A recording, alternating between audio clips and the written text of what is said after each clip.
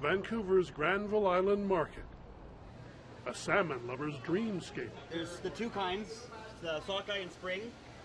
From Atlantic to coho, sockeye and chinook, consumers are spoiled for choice. Wild salmon, farmed salmon, and maybe someday, transgenic salmon. In a lab near St. John's, Newfoundland, a team of scientists led by Dr. Garth Fletcher of Memorial University spent years experimenting with the genes of fish. And in 1989, they created what nature has not, a salmon that grows faster than any in the sea. Is there an ethical question there? It's just another method of producing food because you have a growing population. Just how profound do you think this science that you've discovered could be? The world's your oyster. It really is. I mean, this technology is here to stay. That the transgenic salmon should emerge from a lab here in Newfoundland will strike some as a cosmic irony. This is, after all, the province where science and industry came together in the 90s and destroyed the commercial cod stocks. And yet, now science and industry have come together, cracked the genetic code, and may have produced a fish protein to feed a hungry world long after the planet's oceans are fished out. The science takes a gene from a Chinook salmon and another from an eel called an ocean pout. Both are injected into the egg of an Atlantic salmon, and the result rewrites the animal's DNA. Instead of just growing for a matter of months, it grows year-round, voraciously eating its way to market size twice as fast as farmed fish. The results are startling. Engineered fish are double the size of untreated fish of the same age, and they cost less to feed. People like the ones that look after the fish and raise the fish. The American Aqua Bounty Company smelled opportunity. It bought in early on. Garth Fletcher is now a company director, but it is yet to satisfy American Food and Drug Administration concerns about some key questions. And then that's the code. How safe do you think this product is for people to eat, for the environment it's going to be introduced to? I'm 100% confident of what the approval process is now. The risk is as minimal as you could ever expect to get with any product.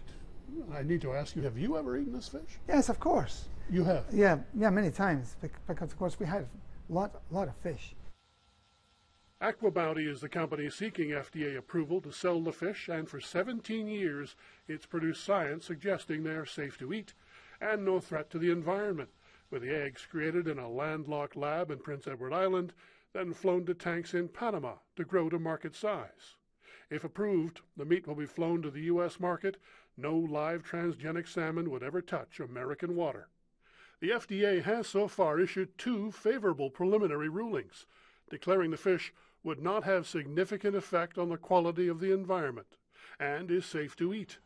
But 17 years into a process that's got Aqua Bounty scrambling for financial survival, the FDA is insisting on more research.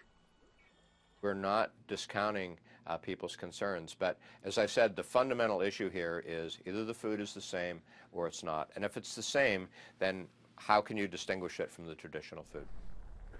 The Canadian government is not exactly a stranger to the gene science that's been going on in its own backyard since the 80s. In fact, it's been raising genetically modified salmon of its own for years here in West Vancouver, trying to stay on top of the science, knowing that someday it's probably going to face the same questions the Americans are wrestling with right now. These things don't go after each other as long as there's enough food supply. But Dr. Robert Devlin's an authority on genetically engineered salmon. He's created a strain of his own for the federal government. Not the one before the FDA, but any fish juiced on growth hormone, he says, has the same peculiar behaviors. On the left we have wild type fish, and if you'd like to just put a little bit of food into that tank, you should see that they are interested in food to some degree, but they're also very concerned about your presence. In other words, they're very predator wary. In contrast to that, on the right here we have the genetically engineered versions. These are the same age, brothers and sisters. If you put a little bit of food in that tank, you should be able to see that they have had their feeding behavior dramatically transformed. These animals are highly focused on acquiring food, but they're also much less concerned about our presence. So their predator wariness has been reduced to a very strong extent. Most fish aren't afraid of me. No, they're not. No one's applied for permission to market a fish like this in Canada, so why does Canada need to know the science? It became clear very early on that we needed to understand what kind of risks those animals may pose to the natural environment should they ever inadvertently escape into the wild. And once a transgenic fish enters into nature, there's very little you can do about it. So what do we know for sure about this fish? So we have some data that supports the application of this kind of technology and some that suggests there's high uncertainties. The FDA has issued a preliminary report suggesting that this is going to be safe for human consumption. I asked Dr. Fletcher, does he eat his salmon? He says he does. Do you eat yours? No, we've never eaten a transgenic fish, and the main reason for that is that we've had no food safety assessment done on them. Yeah. And these are our kings And these of the are sea. our wild friends, yeah, the coho and the sockeye. These are the two. Browsing the bounty of Vancouver's Granville Market, environmentalist Jay Richland says there are other reasons to be skeptical. My biggest concern about this is that genetically modified salmon is a solution that we don't need to a problem that we don't really have. What do you mean? Well, farm salmon is produced all over the world at a commodity scale. There's lots of it. These are sockeye salmon. At a counter nearby, Scott Moorhead ices down the silver sides of prize fish for his discerning clientele. He's been in the business 30 years, beginning as a boy with his fisherman father. If that were a genetically engineered salmon, Yep. would that sell? Not at my store. We don't even carry any farm salmon at our shop. We stick strictly to wild salmon, commercially caught in British Columbia or Alaska. If you said genetically engineered salmon to your customers, what would they say to you? They just laugh. We wouldn't sell a single piece of it if I said that to anybody. As for consumers, I know that it's made from a salmon and an eel, but beyond that, I don't know if it's safe to eat or what the effects are from it. so the idea that they're going to combine the genes of one or more fish to make a brand new fish, that's good with you. Yeah, no problem with that. I'm sure one day they'll be growing just meat cells on your kitchen counter and you'll be able to eat it. Who knows? The fish in the net are non-transgenic or wild-type coho salmon at 1 year of age.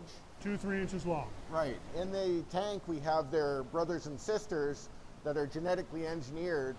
The transgenic salmon's undergone years of review. It may face more, leading some to suggest it's the fear of political backlash, not the science, that's weighing on the American process now.